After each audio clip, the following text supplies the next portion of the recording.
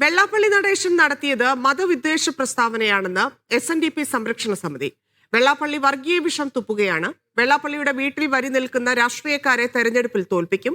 ചോദ്യം ചോദിക്കുന്നവരെ തീവ്രവാദിയാക്കുന്നത് Sreenarayana പ്രസ്ഥാനങ്ങൾക്ക് ചേർന്നതല്ലെന്നും advocate S Chandrasenan പറഞ്ഞു.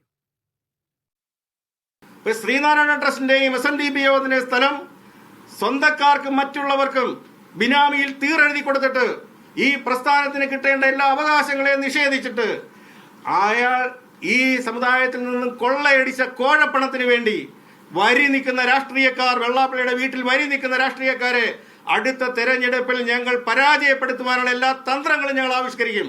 ചോദ്യങ്ങൾ ചോദിക്കുന്നയാളെ തീവ്രവാദിയാക്കുന്ന സംസ്കാരം ശ്രീനാരായണ പ്രസ്ഥാനത്തിന് ചേർന്നതല്ല. പൊതുപ്രവർത്തകൻ ചോദ്യങ്ങൾക്ക് വിധേയനാണ്. ചോദ്യങ്ങൾക്ക് ഉത്തരം പറഞ്ഞേ മതിയാകൂ.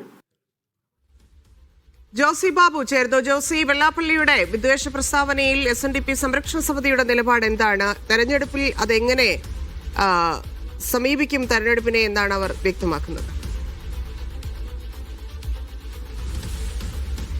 ധന്യ, കോട്ടയത്ത് വാർത്താ സമ്മേളനം നടത്തിയാണ് SNDP സംരക്ഷണ സമിതി അവരുടെ നിലപാട് അറിയിച്ചത്. തുടർച്ചയായി SNDP യോഗം ജനറൽ സെക്രട്ടറിയുടെ ഭാഗത്തു നിന്നും ഉണ്ടാകുന്ന പ്രതികരണങ്ങളിൽ കടുത്ത അതൃപ്തിയാണ് SNDP സംരക്ഷണ സമിതി രേഖപ്പെടുത്തുന്നത്. പ്രത്യേകിച്ച് മാധ്യമപ്രവർത്തകനെ തീവ്രവാദി എന്ന് വിളിച്ചതടക്കമുള്ള പ്രതികരണങ്ങൾ അത് മതവിദ്വേഷ പ്രസ്താവനയാണെന്നും അതിനെതിരെ ഈഴവ സമൂഹം ഒന്നിക്കുമെന്നും SNDP സംരക്ഷണ സമിതി വ്യക്തമാക്കിയിട്ടുണ്ട്.